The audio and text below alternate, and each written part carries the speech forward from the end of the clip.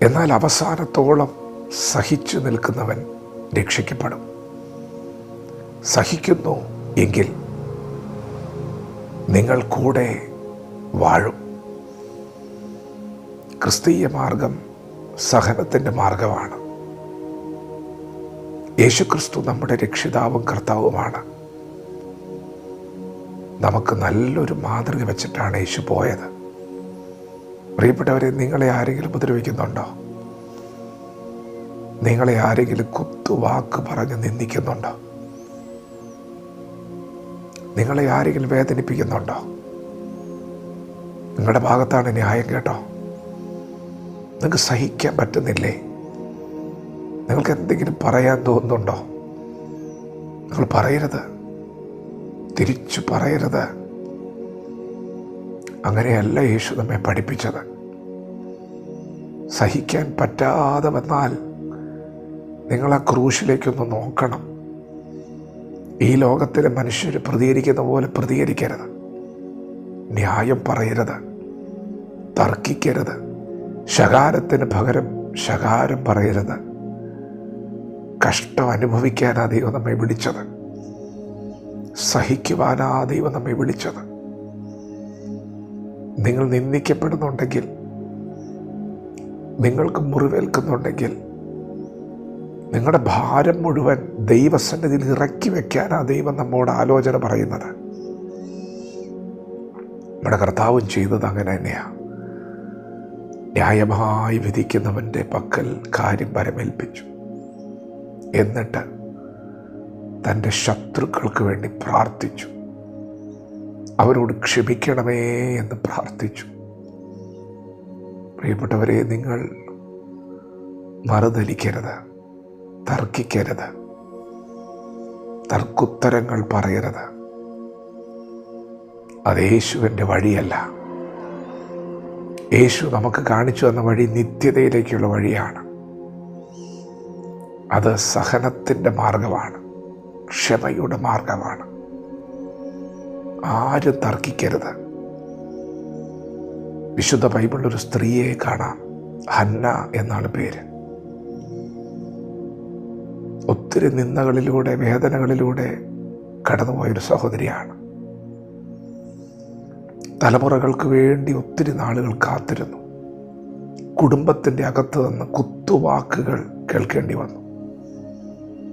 തിരിച്ചു പ്രതികരിച്ചില്ല കേട്ടോ. തിരിച്ചു പ്രതികരിക്കുന്നത് ക്രിസ്തീയ മാർഗമല്ല. പ്രതികരിക്കരുത്. രണ്ടു വാക്ക് പറഞ്ഞാൽ എന്തൊക്കെയായി എന്ന് നിങ്ങൾ ചിന്തിക്കരുത്. ഒന്നും ആയിട്ടില്ല.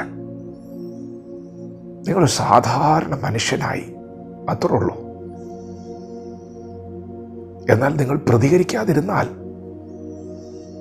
നിങ്ങൾ സഹിച്ചാൽ, നിങ്ങളൊരു സാധാരണ മനുഷ്യനല്ല.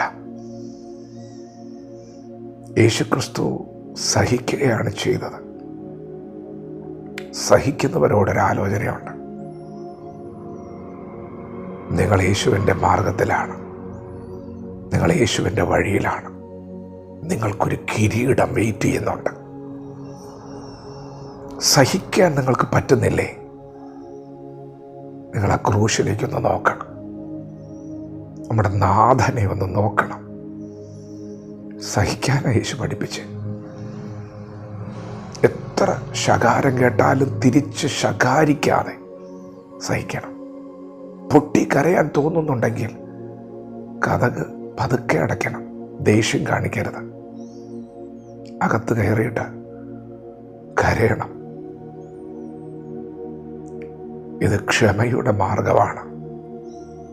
നമ്മുടെ പോരിൻ്റെ ആയുധങ്ങൾ ജഡീകങ്ങളല്ല. തിരിച്ചു പറഞ്ഞാൽ ഒന്നും ആകാൻ പോകുന്നില്ല, ഒന്നും നേടാൻ പോകുന്നില്ല.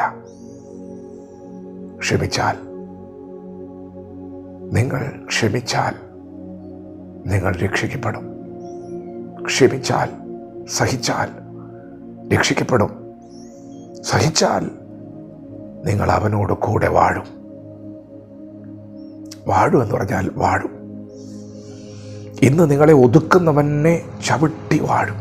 മനുഷ്യരൊന്നും അല്ല നിങ്ങളെ ഒതുക്കുന്നത്. ഇരുളിൻ്റെ ശക്തികളാണ് നിങ്ങളോട് പോരാടുന്നത്. കുടുംബം തകർക്കുന്നത് ഇരുട്ടിൻ്റെ ശക്തികളാണ്. തിരിച്ചറിയണം. എന്നാലത് മനുഷ്യരിലൂടെയാണ് പ്രവർത്തിക്കുന്നത്. പിശാച് സംസാരിക്കുന്നത് മനുഷ്യരിലൂടെയാണ്. തർക്കിക്കരുത്. നിങ്ങളുടെ മുമ്പിൽ സംസാരിക്കുന്നത് നിങ്ങളുടെ പ്രിയപ്പെട്ടവരാ. അവരെ സ്നേഹിക്കണം, ചേർത്ത് പിടിക്കണം. വല്ലാതെ വേദന വരുന്നുണ്ടെങ്കിൽ, ഒന്ന് കരയാൻ തോന്നുന്നുണ്ടെങ്കിൽ സന്നിധിയിൽ വന്ന് കരയണം. ദൈവം ആ ശക്തികളൊക്കെ കൈകാര്യം ചെയ്യും. ന്യായമായി വിധിക്കുന്നവൻ്റെ പക്കൽ ഭരമേൽപ്പിച്ചാൽ മതി. ഇടികമായി പ്രതികരിക്കരുതേ. ക്ഷമിക്കാനൊരു കാലമുണ്ട്, സഹിക്കാനൊരു കാലമുണ്ട്. അങ്ങനെ സഹിച്ചു നിന്നുകൊടുത്താൽ ദൈവം നിനക്ക് വാഴാനൊരവസരം തരും.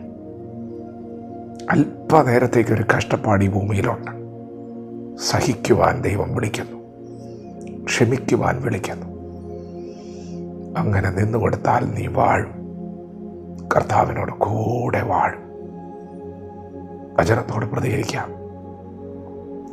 ദൈവം നമ്മെ ഓരോരുത്തരെയും പകൽ അനുഗ്രഹിക്കുമാറാകട്ടെ. ആമേൻ.